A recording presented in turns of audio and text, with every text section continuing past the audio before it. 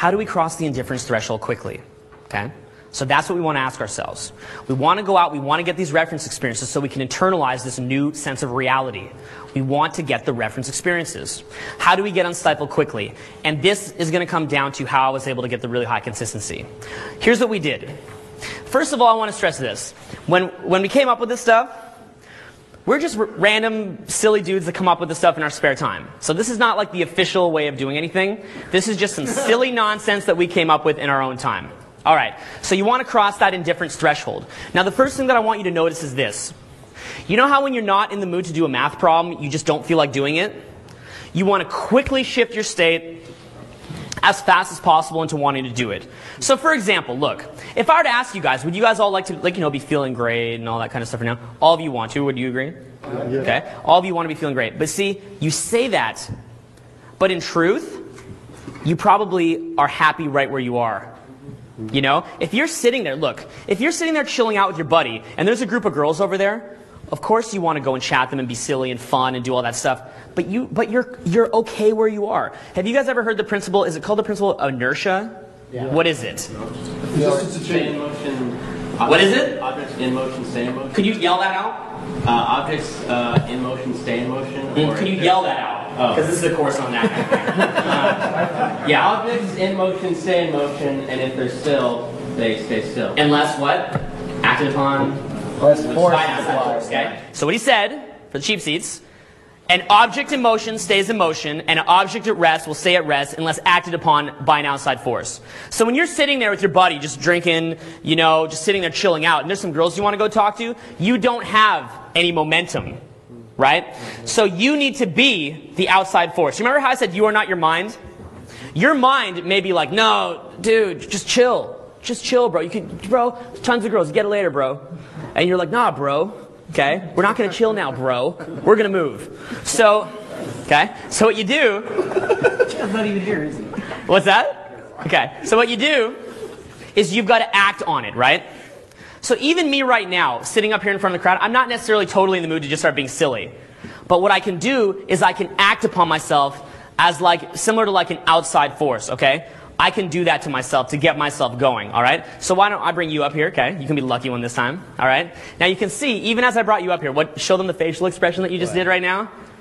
He went like this. Okay, zoom up on my face. He was like that, all right?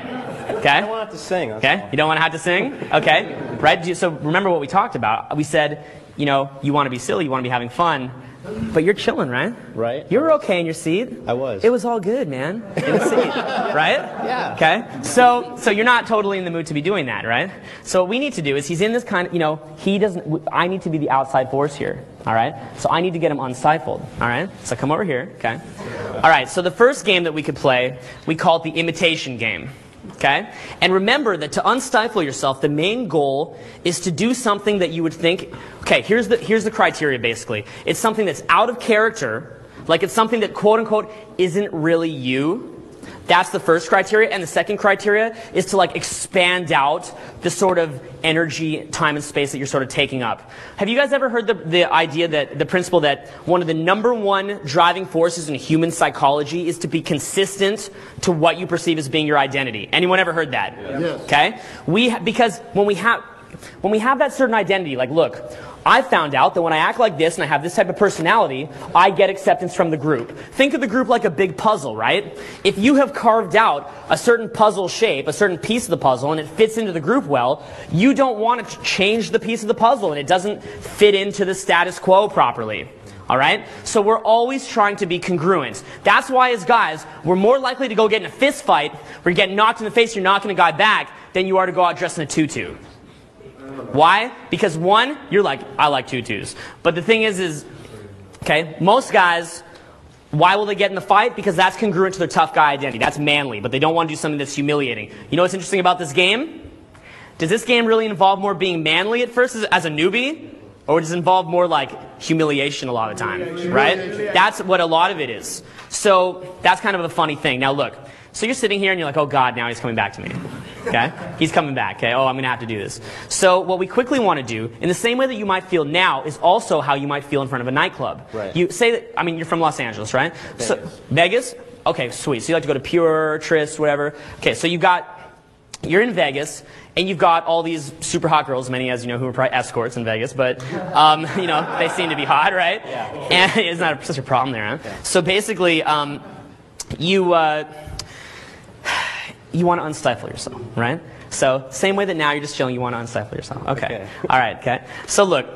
The first thing we do is called the imitation game. And what that's designed to do is to get you to take on a behavior that's different from what you normally are. So for example, I'm going to ask you to imitate something and you have to show it to me, okay? All right? Okay. Okay, the first thing I'm going to ask you to do, and just come up with random stuff, I'm going to ask you to imitate a lion.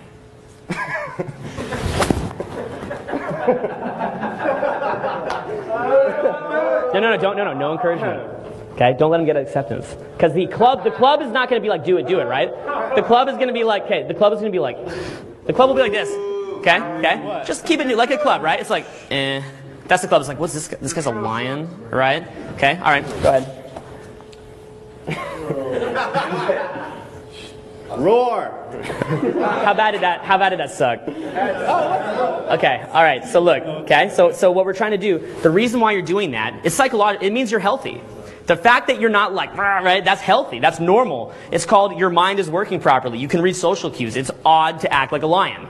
Right. It's weird, okay? Okay, right? All right, so you're healthy. So the thing is, though, is that being a champion sometimes involves imposing your reality on other people and not giving a damn.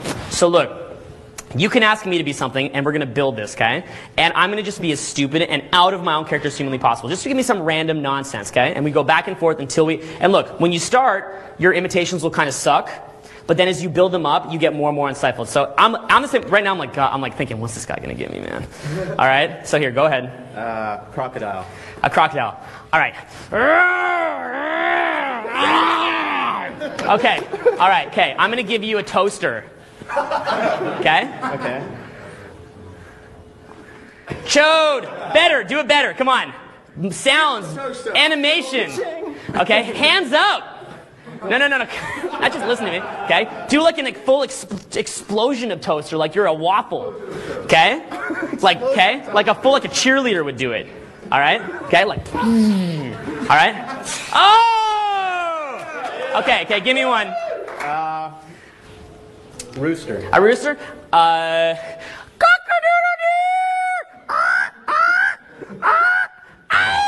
don't even know what I'm doing right now, okay? Okay? Alright? Okay?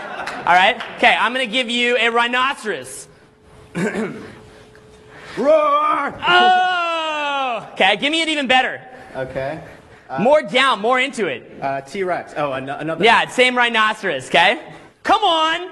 Roar! Hey! Okay, alright, give me one. T-Rex. A T-Rex. Ah! Alright, okay. I'll give you a whirlwind, a twister, a tornado. Hey! Okay, give me one. Let me think. Anything. Whale. A whale! What's the sounds the whale make? Oh, well, what is that? Okay.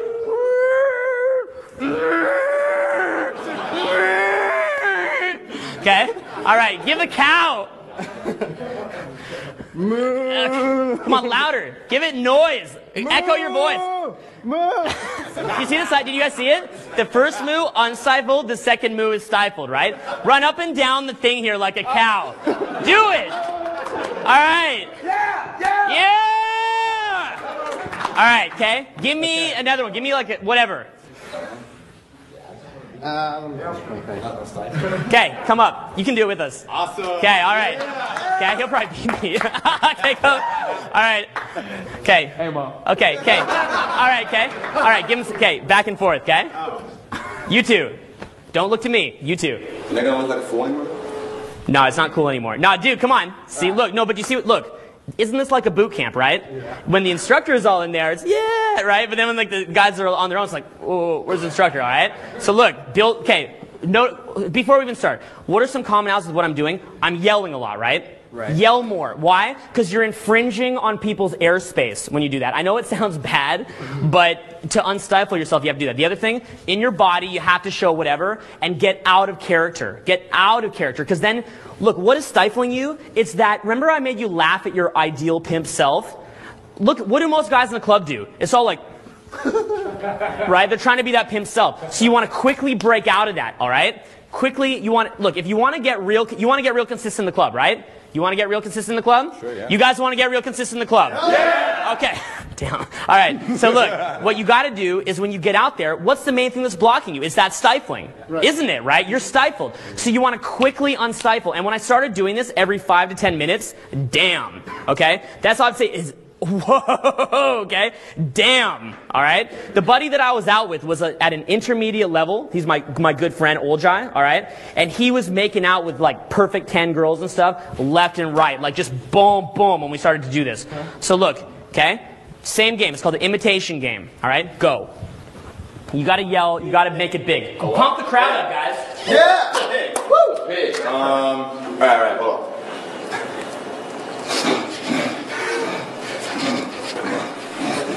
Make noises.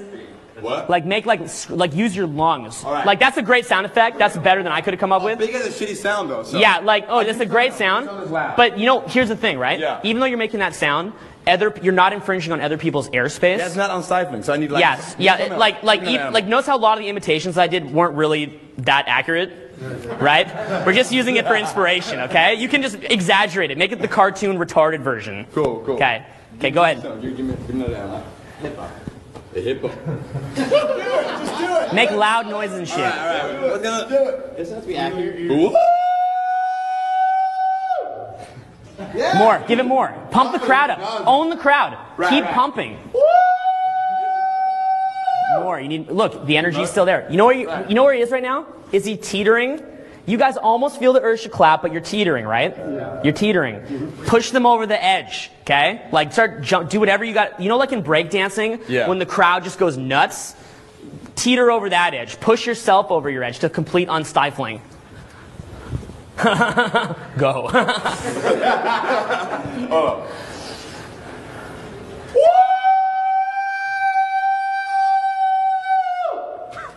Teetering. Almost there. You know why? You got to run around more, okay? More engaged. Show that full stifling. You want to try?